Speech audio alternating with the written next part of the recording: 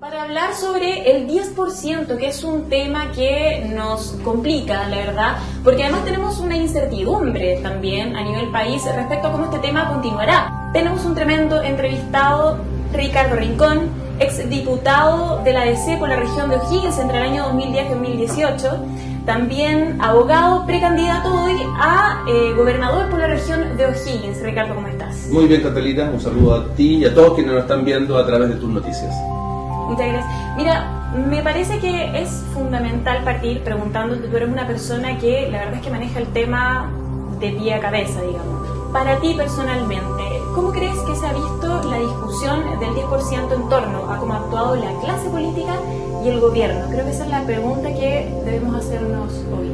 Bueno, el gobierno se ha opuesto permanentemente al primer retiro, también se opuso al segundo retiro, ha tenido una oposición total porque en definitiva ha tratado permanentemente de proteger el mercado de capitales. En definitiva, Catalina, las platas de los chilenos, las platas nuestras, 200.000 millones de dólares, son colocados en las AFP, nos cobran comisiones, pero se usan básicamente para mover el mercado de capitales, para financiar empresas, grupos económicos. El objetivo no es la seguridad social ni las pensiones futuras de los chilenos. Cualquier retiro de esa plata significa que esos 200.000 millones de dólares se debilitan, disminuyen. Ya en el primer retiro fueron prácticamente 17.000 millones de dólares que los chilenos pudimos por fin disponer nosotros de ellos. En el segundo retiro, más o menos 14.000 millones de dólares. Entonces la oposición del gobierno se explica por eso y la oposición lo que ha hecho es tratar de, mediante reformas constitucionales, lograr que la ciudadanía pueda acceder a esos fondos que son fundamentales para enfrentar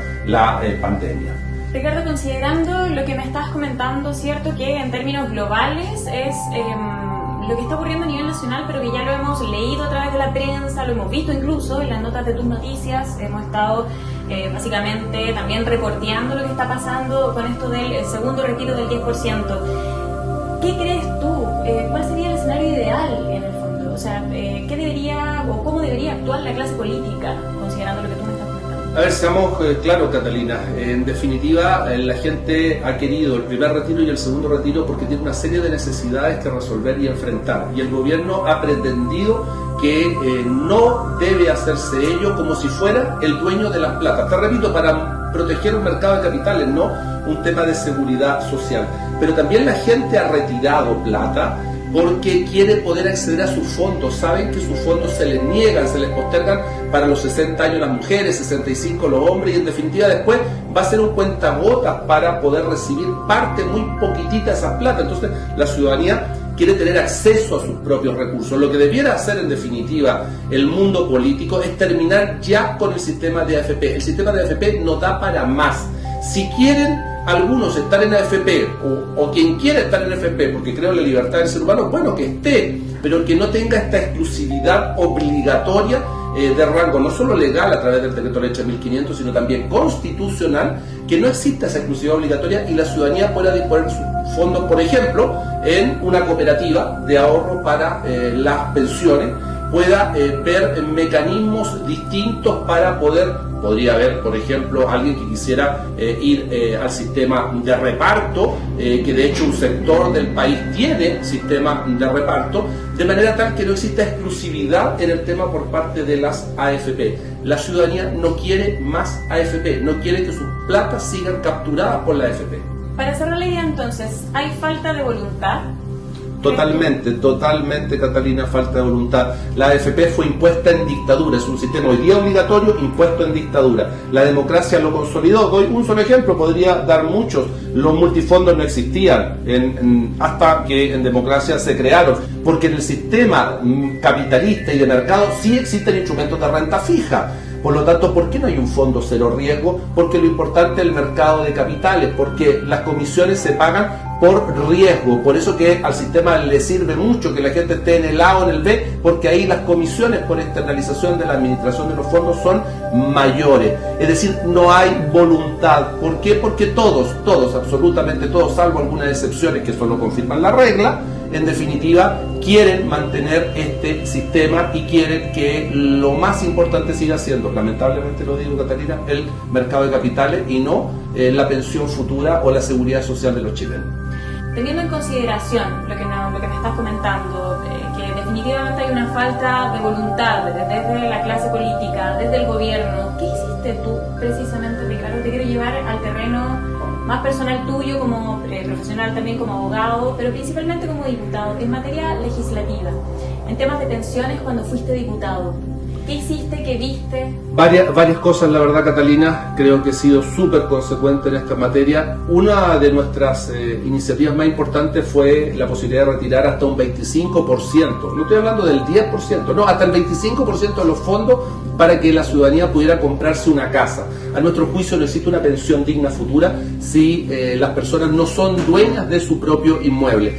Por eso esa iniciativa, que obviamente se perdió, ahí está nuestra propuesta, que fue lamentablemente rechazada en el ámbito que correspondía en la Cámara de Diputados. Nosotros además impulsamos la comisión investigadora por las fusiones trucha que implicaron generar pérdidas para el Estado por evasión tributaria de millones de dólares, y también, y lo digo con pena, nos opusimos a la mal llamada reforma de pensiones de la expresidenta Bachelet, a quien quiero y aprecio, por las diferencias que teníamos con su ministro Valdés, toda vez que no regulaba las AFP, no hacía cambios estructurales para, en definitiva, garantizar una buena pensión en función del rol de administración de fondos que tiene la AFP.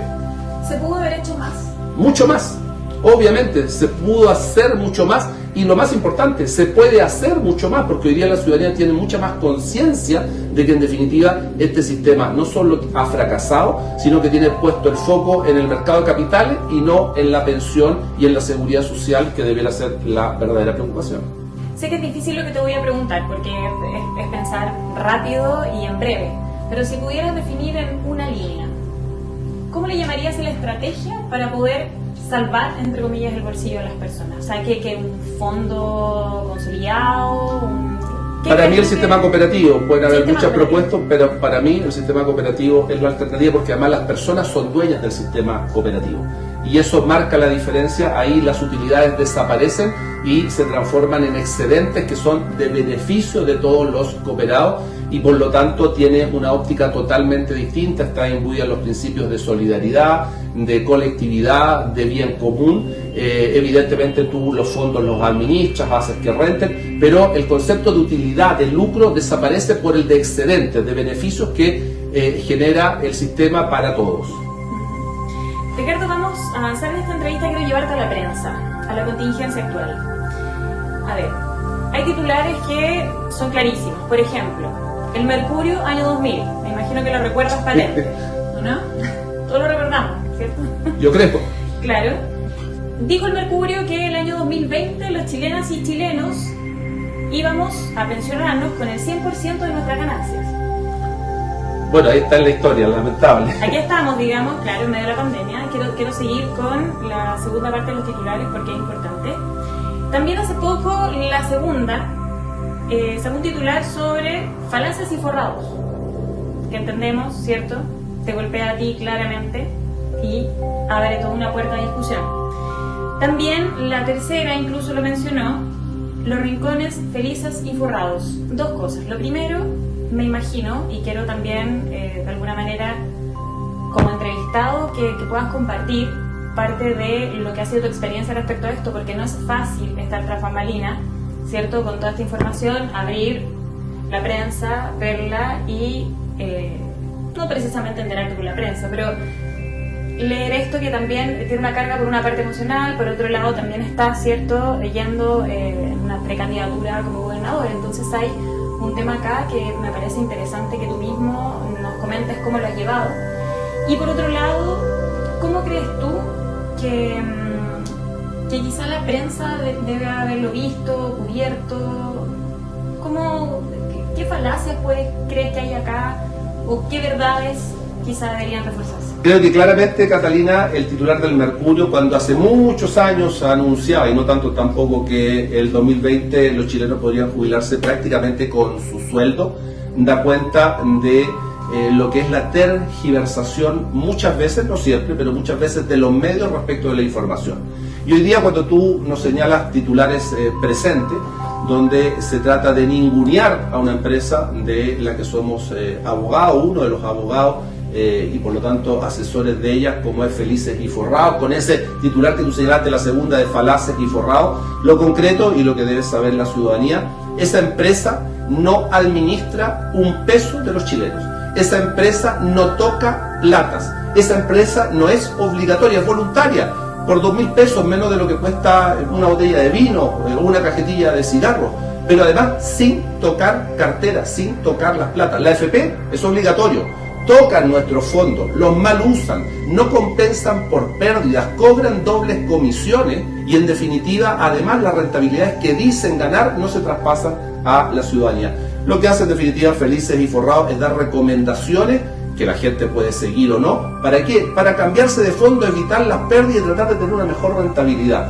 Entonces claramente aquí hay una utilización de los medios se financian de alguna parte y las finanzas que generan los recursos para ello, obviamente muchas provienen del mercado de capitales donde se transan acciones y compran distintas empresas que hacen publicidad. Es así de claro. Y el sentido, obviamente, desprestigiar a quienes, sea una empresa o sea un particular como yo, estamos en contra del sistema de AFP. De hecho, Felices y Forrados no está en contra de ese sistema, sino de una buena administración de fondos. Yo estoy en la punta, por así decirlo, estoy en contra del sistema de AFP. Creo que simplemente es una gran estafa, Chile lo sabe, y a todos aquellos que estamos contra la gran estafa nos van a querer tratar de desprestigiar.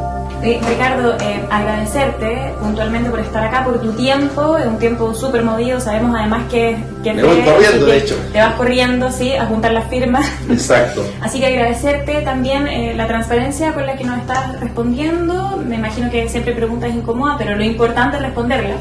Exacto. Así que acá estaremos para seguir respondiéndolas también. Y te lo agradezco también y un saludo a todos los telespectadores y seguidores de este medio. Gracias a ti. Bueno, para ustedes también pedirles que, por supuesto, continúen leyendo tus noticias. Seguimos 24/7 reporteando para ustedes.